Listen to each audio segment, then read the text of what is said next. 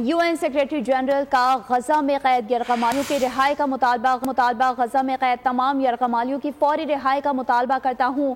Antonio Guterres نے ایسا کہا، مزید کہا کہ شہریوں کو ہر وقت تحفظ فراہم کیا جانا چاہیے۔ آپ کو بتا رہے ہیں UN سیکریٹری جنرل نے غزہ میں قید یرغمالیوں کی رہائی کا مطالبہ کر دیا۔ غزہ میں قید تمام یرغمالیوں کی فوری رہائی کا مطالبہ کرتا ہوں۔ اینٹونیو گوتریس نے مزید کہا کہ شہریوں کو ہر وقت تحفظ فراہم کیا جانا چاہیے، بین الاقوامی قوانین کا احترام بھی کیا جانا چاہیے۔